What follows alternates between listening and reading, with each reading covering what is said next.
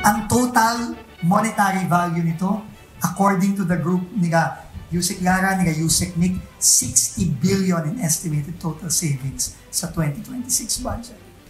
Ang ini-estimate natin.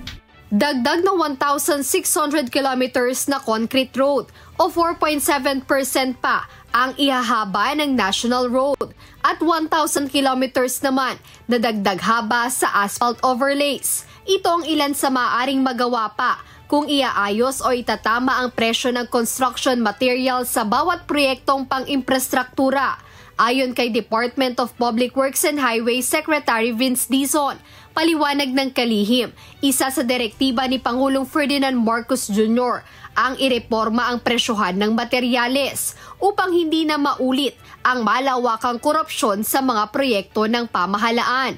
Kaugnay nito ay ipatutupad ng DPWH ang malaking tapyas sa presyo ng mga construction material matapos madiskubre ang overpricing sa ilang construction materials na ginagamit sa mga proyektong pang-imprastruktura. At ito ay gagawin na natin simula ngayon. This has never been done before to this extent.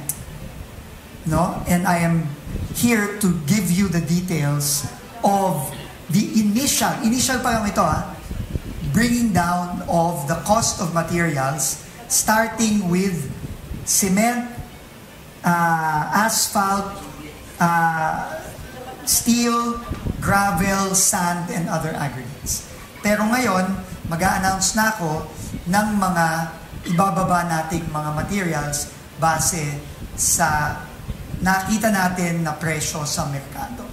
Kaugnay nito, ipinauubaya na ng kalihim sa Kongreso kung saan ilalaan ang perang matitipid ng ahensya sa oras na maipatupad ang pinababang presyo ng materyales. We will leave it up to the wisdom of Congress what to do here. Pero ang napag-usapan ng budget hearing natin is magkakaroon ng parang provision sa GAA, sa General Appropriations Act, sa budget para alamin kung saan mapupunta ang savings na ma-generate nito sa 2026 national budget.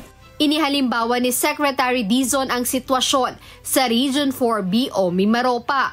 Ang halaga aniya per metric tons ng asfalto sa rehiyon ay umaabot sa mahigit 23,000 pesos. Ngunit matapos ang kanilang pagsusuri, nakita nilang maaari pala itong bilhin sa halagang mas mababa pa sa 6,000 pesos lang.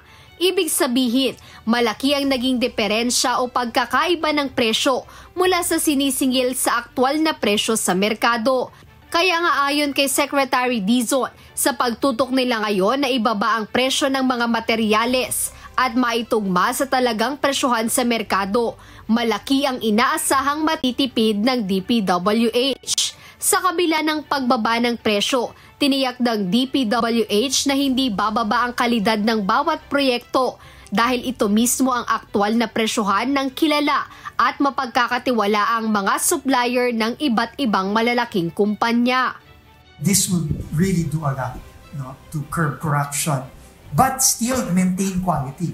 If the private sector can build a road at those prices, why cannot government do the same? Walang rason kung bakit hindi, di ba? No other reason. Sa presyong yan, dahil yung mga presyong nakita nyo, accredited suppliers lang yan. Accredited private suppliers yan. So, sisiguraduhin natin na kalidad pa rin ito, gaya ng direktiba ng, sinabi na rin yan sa direktiba ng Pangulo, pero dun sa tamang presyo. Paliwanag ni Secretary Dizon, isa lang ito sa reformang ipatutupad nila sa ahensya upang maialis unti-unti ang korupsyon sa mga proyekto ng pamahalaan. It will not sacrifice quality. What it will do is curb corruption. Yun ang sinabi ng Pangulo natin kanina nung Webes bago siya umalis papuntang South Korea. Ngayon ay pinag-aaralan pa ng DPWH kung ano ang parusa o kaso na maaari nilang isampa laban sa mga mapatutunayang nasa likod ng overpricing ng mga materyales na ginagamit sa mga proyektong pang-imprastruktura.